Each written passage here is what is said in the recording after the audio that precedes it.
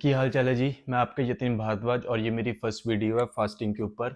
और इस वीडियो में मैं सिर्फ बात करूंगा कि क्यों हमको फास्टिंग क्यों करनी चाहिए। 18 घंटे से लेकर 3-4 दिनों तक नहीं खाते तो हमारी बॉडी के अंदर क्या चेंजेस होते हैं।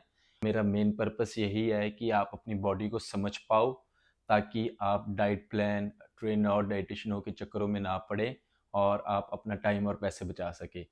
वीडियो थोड़ी सी लंबी बन गई है। मैं ट्राई कर रहा था कि इसको शॉर्ट रखूं, बट चीज़ें बहुत सारी थी कवर करने वाली। स्टिल मैंने इसको कोशिश की है कि मैं आपको ब्रीफ में समझा सकूं।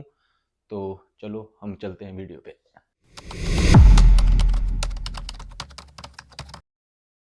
फास्टिंग, जिसको व्रत भी कहा जाता है, और इंडिया में इसको लोग हजारों सालों से करते आ रहे हैं। बस फर्क इतना है कि वहाँ लोग इसको एक रिलीजियस पॉइंट ऑफ व्यू से करते हैं विदाउट नोइंग इट्स बेनिफिट्स। वही फास्टिंग जिसको पूरी दुनिया के फिलोसफर्स और मैथमेटिशियंस जैसे कि प्लाटो, सोक्रेट्स, गैलेन और पाइथागोरस ने अपनाया और प्रमोट किया। वही फास्टिंग जो बहुत से रिलीजन, ट्रेडिशन और कल्चर में एग्जिस्ट करती है। वही फास्टिंग जिसे आज बहुत से सेलिब्रिटीज कर रहे हैं और वेस्टर्न कंट्रीज के डॉक्टर्स, साइंटिस्ट इसको अपना रहे हैं और आगे रिकमेंड कर रहे हैं। रिसेंटली इसी फास्टिंग पर बहुत सी रिसर्चेस और स्टडीज हुई है, बट मेन स्ट्रीम मीडिया उसको कभी भी कवर नहीं करता।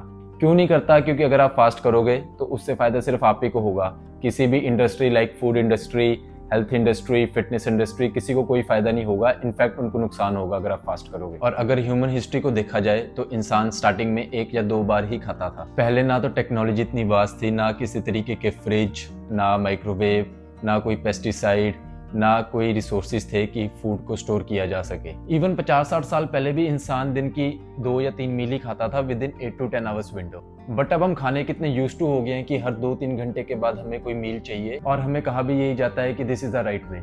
चाहे आप जिम लग जाओ, वहाँ आपकी 6 से 8 मील लगा देते हैं रिगार्डलेस ऑफ ए गोल कि आपने मसल गेन करना है कि फैट लॉस करना है। जिम में जो ट्रेनर होते हैं और वो लोग जो बहुत टाइम से एक्सरसाइज कर रहे हैं, वो आपकी डाइट और मील ऐसी बना देंगे कि जिसमें आपको हर 2 घंटे के बाद कुछ खाना है।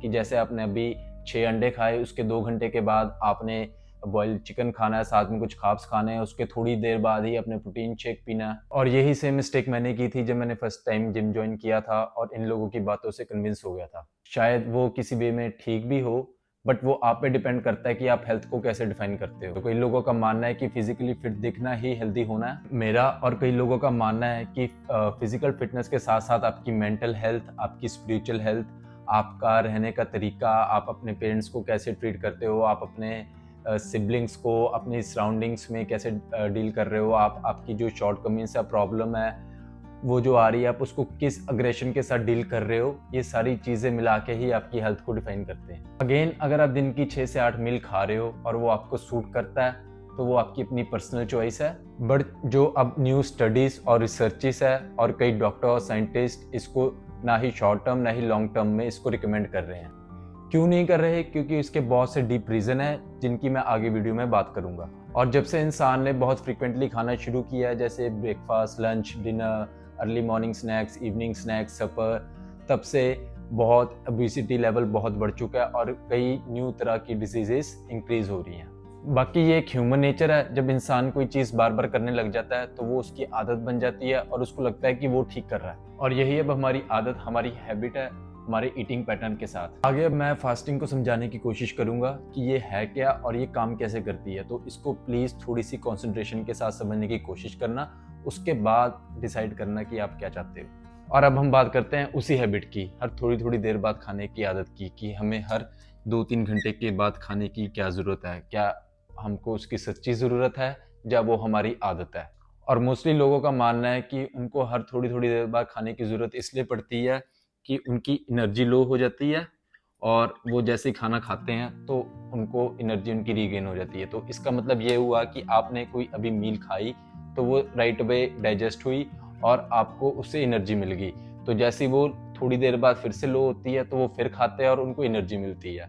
तो क्या इन रियलिटी यही कारण है कि जो आप खाना खा रहे हो वो आपको एनर्जी दे रही है, या कोई और प्रोसेस बॉडी में चल रहा है और उसके कारण आपको एनर्जी मिल रही है? तो यहाँ मैं आपको यही चीज़ क्लियर करना चाहता हूँ कि जो हम खाते हैं उससे हमको एनर्जी नहीं मिलती, उसका एनर्जी से कोई लेना देना नहीं है। एक्चुअली में क्या होता है कि हमारी बॉडी के अंदर कई तरह के केमिकल्स होते हैं और उनमें से एक होता है डोपामीन।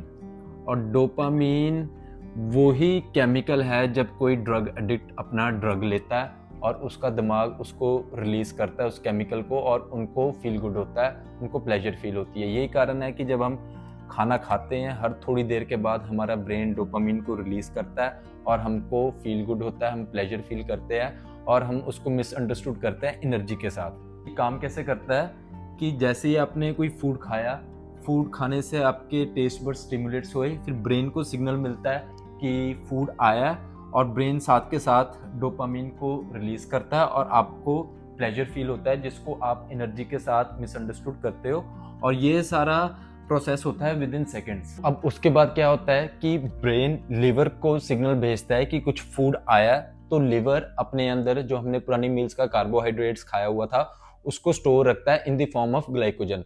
तो जैसे ही लिवर को सिग्नल मिलता है, लिवर उस ग्लाइकोजन को ब्रेक डाउन करना शुरू करता है in the form of glucose, और वो ग्लूकोज हमारे ब्लड में स्ट्रीम होता है और हमको मिलती है एनर्जी।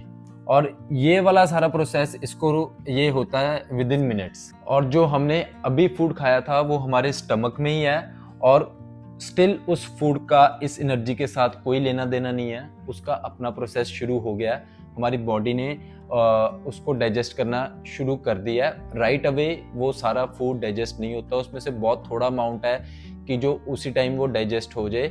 बाकी जो बल्क है वो उसको डाइजेस्ट होने में टाइम लगता है 2 से 4 घंटे। उस डाइजेशन में फिर क्या होता है कि बॉडी को जितना उस टाइम पर यूज होता है वो उसको उतना कर लेती है, बाकी जो एक्स्ट्रा है वो उसको लिवर उसको अगेन स्टोर कर लेता है in the form of glycogen. तो अब यहाँ पर मेन पॉइंट समझने वाला ये है कि अगर आपको 2-3 घंटे के बाद फिर क्रेविंग हो रही है कुछ खाने की, तो उसका एनर्जी नीड के साथ कोई रिलेशन नहीं है, वो आपको बस एक हैबिट है। हमने अपने आप को हैबिट डाली हुई है थोड़ी थोड़ी देर बाद खाने की, और उस हैबिट का सारा लेना देना है डोपामिन के साथ। जैसे एक ड्रग एडिक्ट को थोड़ी थोड़ी देर बाद ड्रग लेने की आदत होती है, वैसे ही हमको वो फूड के साथ हो चुकी है, उसका एनर्जी से कुछ लेना देना नहीं है। और ये सारा हमें इसलिए होता है कि हमने अपने आप को इस तरीके से ट्रेन किया हुआ है, हमको हैबिट है, हमने अपने दिमाग को आदत डाली हुई है कि 2-2, 3-3, 4-4 घंटे के बाद कुछ ना कुछ आएगा और हम खाएंगे। हम इस चीज़ से इतना ज़्यादा कंडीशनड है कि हम बहुत अजीब से कारण यूज़ करते हैं कि खाना खाने की, कि हर थोड़ी देर बाद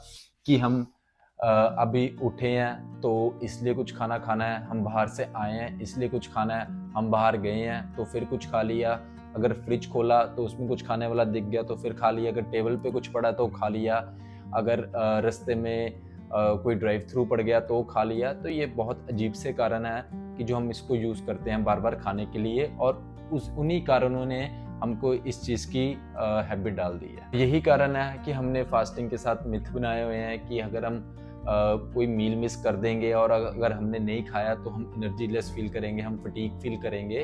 तो ये सब कंडीशनिंग है, हमने अपने आप को ट्रेन ही इस तरीके से किया हुआ है कि हम मील भी स्किप कर देते हैं तो हम फटीग फील करना शुरू कर देते हैं, और वो बात भी ठीक है, बट उसका स्टिल हमारे फूड और एनर्जी से कोई लेना देना नहीं है, वो सारा प्रोसेस है डोपामिन और प्लेजर का।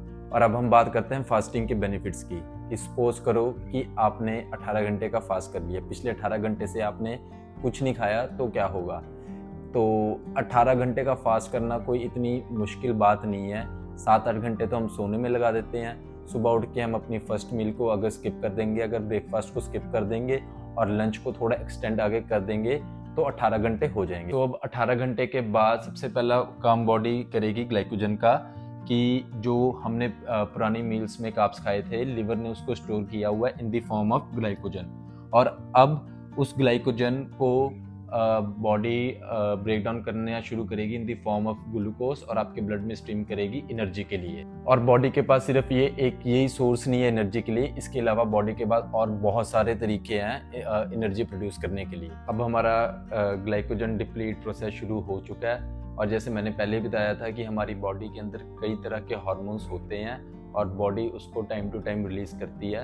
हमारी बॉडी बहुत इंटेलिजेंट है, उसको पता है उसने कब कौन सा हार्मोन और कौन सा केमिकल रिलीज करना है। तो अब उसके राइट अवे आफ्टर क्या होता है कि हमारी बॉडी केमिकल रिलीज करती है कॉल्ड एपिनेफ्रिन, जिसको एड्रेनलिन भी कहा जाता है। कि अगर आपने पबजी खेली होगी तो आपको पता होगा एड्रेनलिन रश, उसके अंदर जब वो बंदा इंजेक्शन लगाता था तो ये काम क्या करता है कि ये आपका fight and flight mode on कर देता है और आपको एकदम बहुत एक्टिव बनाता है, अलर्ट करता है और एनर्जेटिक करता है कि बॉडी बहुत इंटेलिजेंट है, उसको पता है कि इस बंदे ने पिछले 18 घंटे का कुछ नहीं खाया, तो अब ये अपना खाना ढूंढने जाएगा।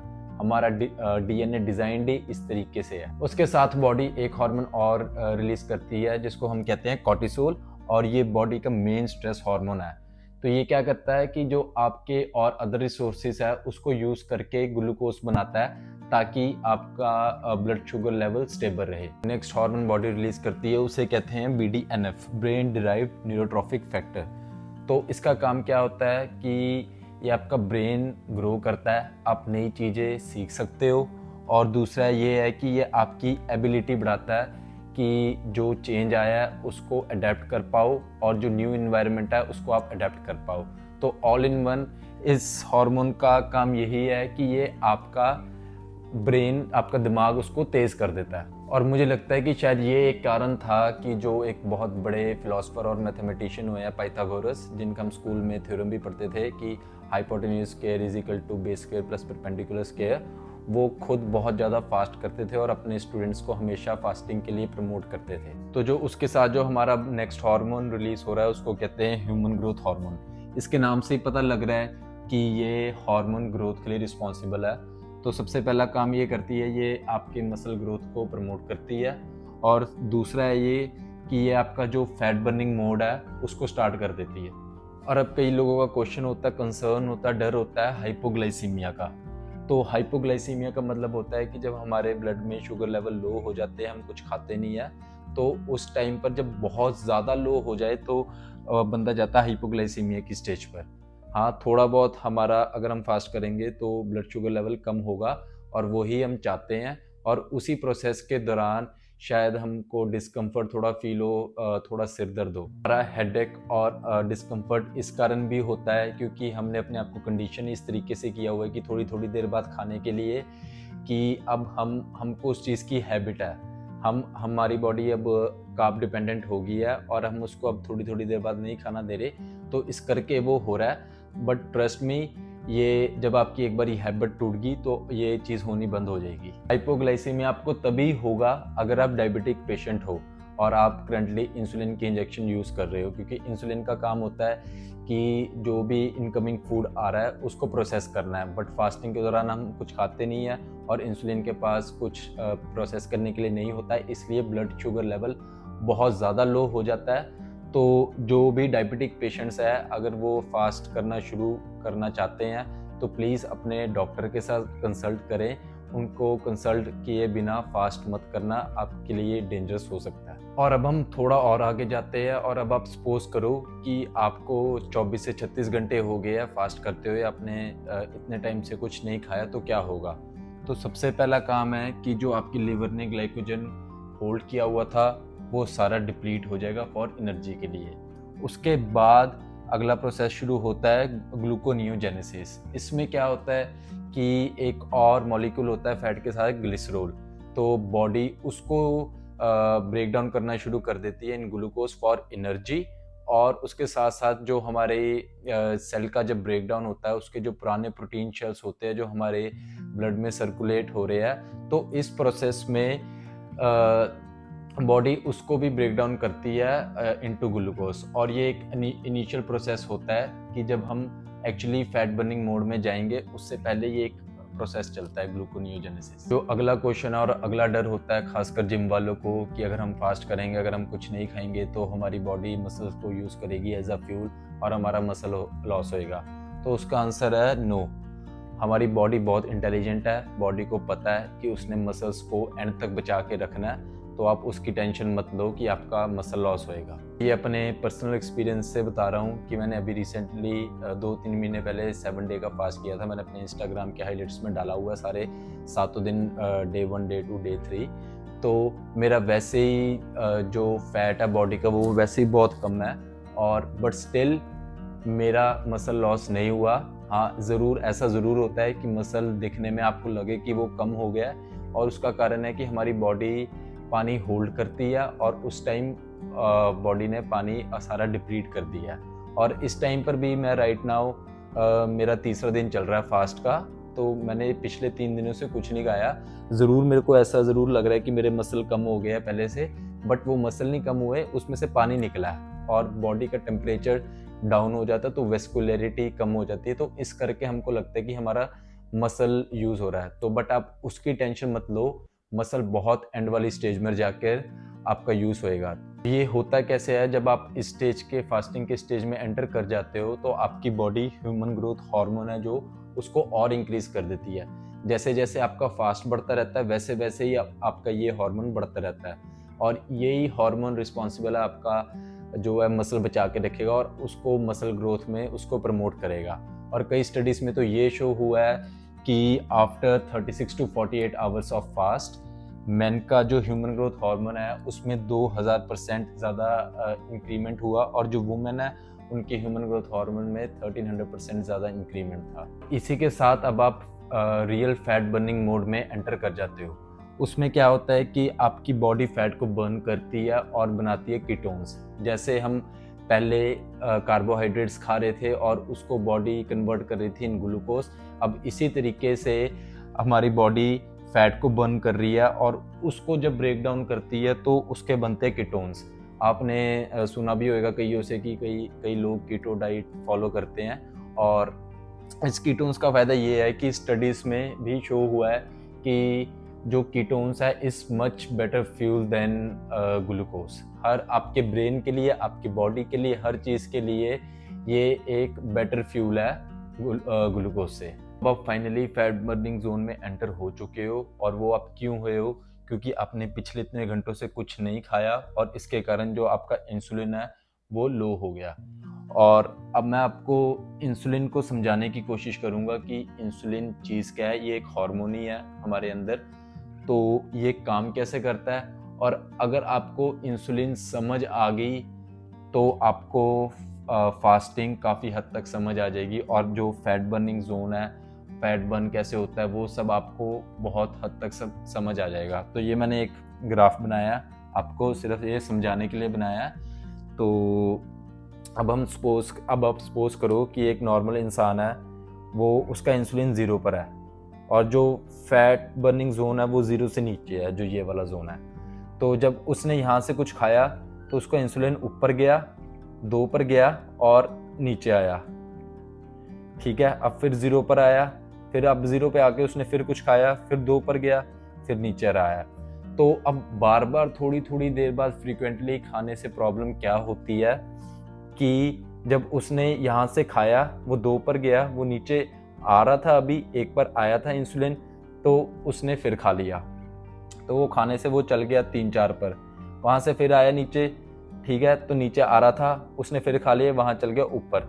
तो ये ग्रेजुअली ऊपर जाता रहता है, और फिर उसका जो ब्लड शुगर लेवल है, अपना जो इंसुलिन है वो उसका एवरेज ही यहाँ पर 4-5 इतने पर रहता है, वो कभी फैट बर्निंग जोन पर आते ही नहीं है।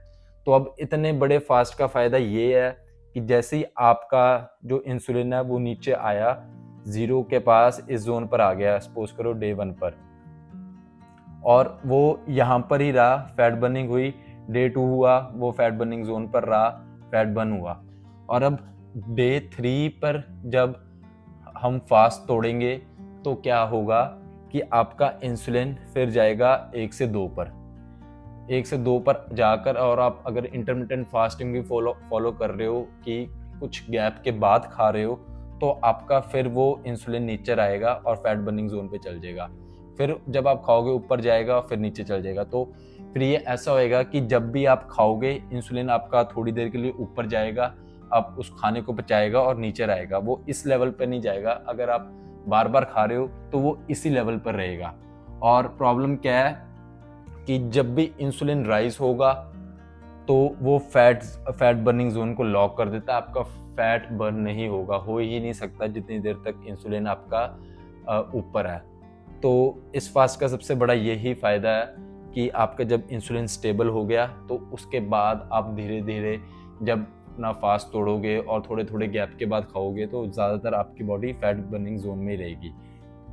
तो इसी कारण से there is a difference between eating in fat state और ईटिंग इन फास्टेड स्टेट, क्योंकि अगर आप फैट स्टेट में खाओगे तो आप यहाँ पर रहोगे, और अगर आप फास्टेड स्टेट में रहोगे तो आप इस जोन में रहोगे और थोड़ी देर के लिए ऊपर आओगे, खाने को डाइजेस्ट करोगे, आपका लीवर ग्लाइकोजन को स्टोर करेगा और आप वापस फैट बर्निंग जोन में एंटर हो जाओगे।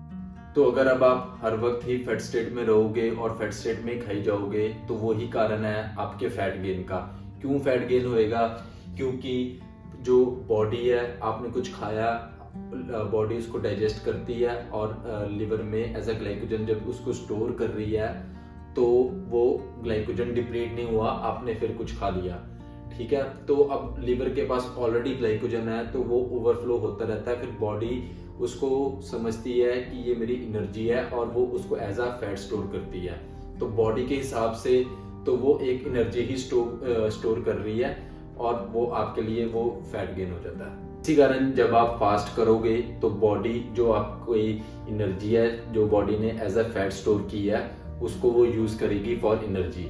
बॉडी का डीएनए डिजाइंड इस तरीके से है। और अब इतने लंबे फास्ट का एक बहुत बड़ा फायदा और है जो है ऑटोफेजी। ऑटोफेजी एक ग्रीक वर्ड है जिसका मतलब होता है सेल्फ ईटिंग, मतलब कि बॉडी अपने आप को ही खा रही है, जो उसके पुराने सेल्स है या जो पहले प्रोसेस बॉडी के अंदर हुआ है, जो उसके लेफ्ट ओवर है, जो उसके वेस्ट है, वो हमारी बॉडी के अंदर ही है और बॉडी उसको ही खा रही है, डाइजेस्ट कर रही है और रिसाइकिल कर रही है। कि जैसे हमारी बॉडी के अंदर ऑर्गन्स है वैसे ही हमारे सेल्स के अंदर भी होते हैं, उनको हम कहते हैं ऑर्गेनल्स। तो इस स्टेज में बॉडी क्या करती है, जो पुराने ओल्ड ऑर्गेनल्स है उसको खाना शुरू कर देती है और ओल्ड ऑर्गेनल्स के साथ साथ जो पुराने प्रोटीन शेल्स है और जो जितना भी वेस्ट है सबको वो ब्रेक डाउन करती है, उसको अमीनो एसिड्स बनाती है, आपके ब्लड में स्ट्रीम करती है फॉर एनर्जी। आपके सेल्स है वो जिंदा ही रहते हैं बट जो उनके अंदर ऑर्गेनल्स जो पुराना उनके पार्ट्स है वो सब मर जाते हैं, बॉडी उसको यूज कर लेती है। अब इसके बाद एक मेन चीज और आती है प्ले में जिसको हम कहते हैं बोन मैरो। अगर आप फास्ट में थोड़ा सा और आगे चल जाओगे अराउंड 3 to 4 डेज तो क्या होता है, बोन मैरो स्टेम सेल्स बनाना शुरू कर देते हैं, स्टेम सेल्स की प्रोडक्शन शुरू हो जाती है। और वो स्टेम सेल्स बोन मैरो इसलिए बनाता है कि जो फास्टिंग के दौरान जो बॉडी के अंदर लॉस हुआ है, जैसे कि पुराने ऑर्गेनल्स जो इसके अलावा और भी हुआ है, उसको रिप्लेस करने के लिए।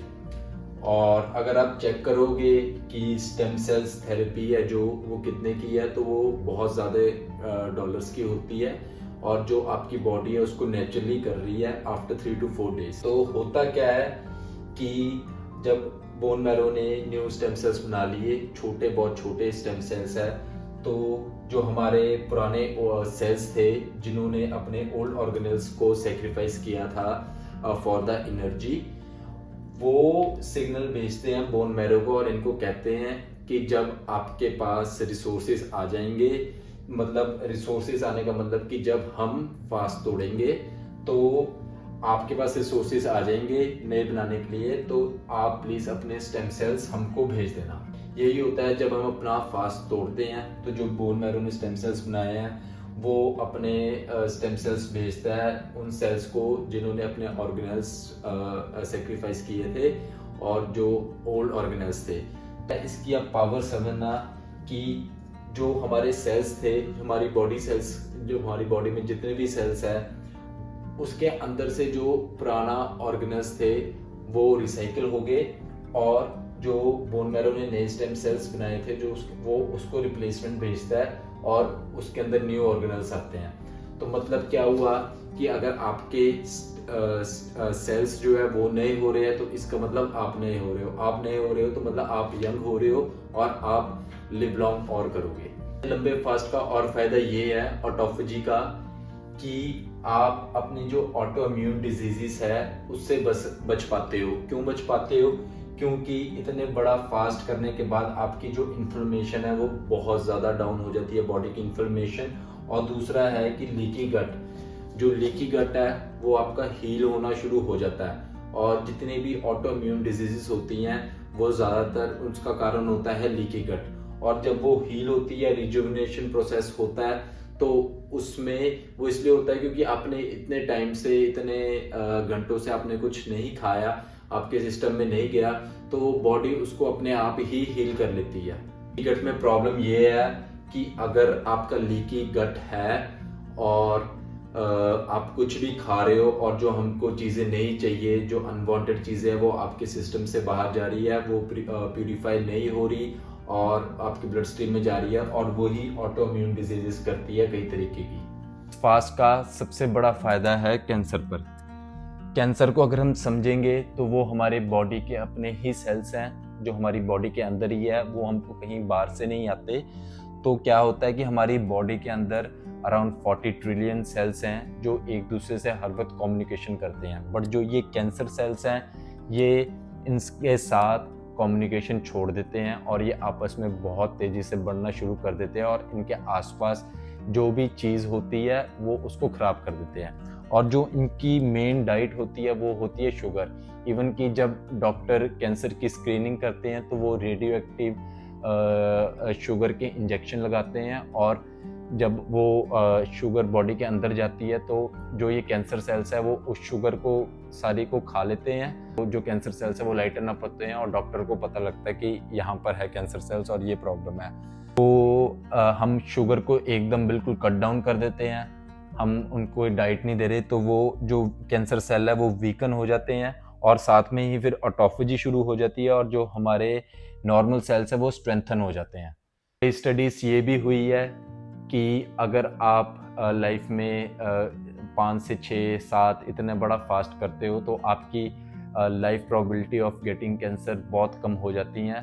भगवान ना करे किसी को कैंसर हो, और अगर किसी को कैंसर है और वो कीमोथेरेपी लेने के लिए सोच रहे हैं या लेने वाले हैं, तो कई स्टडीज़ ये भी हुई है अगर वो कीमोथेरेपी से पहले लॉन्ग फास्ट करेंगे तो जो कीमोथेरेपी है वो और बेटर तरीके से वर्क करेगी। फास्टिंग के और भी बहुत ज़्यादा फ़ायदे हैं, जैसे कि आपकी कार्डियोवैस्कुलर हेल्थ की, हार्ट अटैक होने के चांसेस बहुत हद तक कम हो जाते हैं। और इसके अलावा फास्टिंग के इतने ज़्यादा फ़ायदे हैं कि मैं वो एक वीडियो में सबको कवर नहीं कर पाऊँगा, तो मैं और वीडियोस बनाऊँगा और फास्टिंग के ऊपर और उसके जो फ़ायदे हैं वो मैं बताऊँगा। करूँ फास्टिंग कि वो दिखने में ज़रूर है ना, जो लोग नहीं कर रहे उनको मुश्किल लगती है, बट ट्रस्ट मी बहुत इजी है, सिंपल है। बस प्रॉब्लम यहाँ पर ही है जब आपने अपने जिस तरीके से हम कंडीशन हम थोड़ी थोड़ी देर बाद खाने के एडिक्टिव है, जब हम उस एडिक्शन को तोड़ देते हैं तो उसके बाद बहुत सिंपल और आसानी से फास्टिंग हो जाती है। और इतने ज़्यादा फ़ायदे हैं कि आपकी हेल्थ के तो चलो है ही है, बाकी आपका टाइम बहुत ज़्यादा बचता है कि अगर आप दिन में 1 या 2 बार ही खा रहे हो तो ना आपको खाना बनाने का कोई इतनी ज़्यादा टेंशन है, ना बाहर जाके कुछ खाने की टेंशन है आपके, और आपके पास टाइम ही टाइम होता है। मैं भी कुछ साल पहले दिन की 6-6 8-8 मील खा रहा था जब नया नया जिम लगा था। मैं भी हर 2-3 घंटे के बाद है ना, मेरे को जिम के ट्रेनर्स और जो वहाँ लोग थे उन्होंने यही कहा था कि इतनी इतनी देर बाद कुछ खाना है, तो मैं 6-6 8-8 मील पागलों की तरह खाता रहता था। और मैं उसी चीज़ से निकल के फास्टिंग, अब मैं अपनी बात करूँ तो मैं 1 या 2 बार ही दिन में खाता हूँ, और अगर पूरी हफ्ते की बात करूँ तो मैं 7 से 8 बार मेरी इतनी ही मील्स होती है लॉन्ग फास्ट। और 1-2 दिन के फास्ट तो बहुत आसानी से मैं हर हफ्ते कर लेता हूँ, मेरे को बिल्कुल कोई प्रॉब्लम नहीं होती। राइट नाउ भी अभी मैं अपने तीसरे दिन पे हूँ फास्ट का और मेरे को कोई प्रॉब्लम नहीं है, कोई इशू नहीं है। बस बात क्या है कि ये सारी आपकी दिमाग की है कि अब अपने दिमाग को कैसे समझाते हो और उसको कंडीशन करोगे। एक बार ही जब आपका दिमाग फास्टिंग के लिए कंडीशन हो गया और उसको बिलीव कर लिया, तो ट्रस्ट मी आप वापस 6 से 8 मील में जा ही नहीं सकोगे और आप जाना ही नहीं चाहोगे। हाँ जी, बाकी ये थी मेरी फास्टिंग के ऊपर वीडियो। इस वीडियो में मैंने सिर्फ बात करी है क्यों, कब, कहाँ, कैसे। उसके लिए मैं आगे और वीडियोस बनाऊंगा कि आप फास्टिंग को अपनी लाइफ में कैसे इम्प्लीमेंट कर सकते हैं, कैसे आप इंटरमिटेंट से लॉन्ग फास्ट की तरफ जा सकते हैं धीरे धीरे। और अगर आपको वीडियो अच्छी लगी तो लाइक एंड शेयर, बाकी मेरे चैनल को सब्सक्राइब भी कर सकते हो। Thank you and have a good day.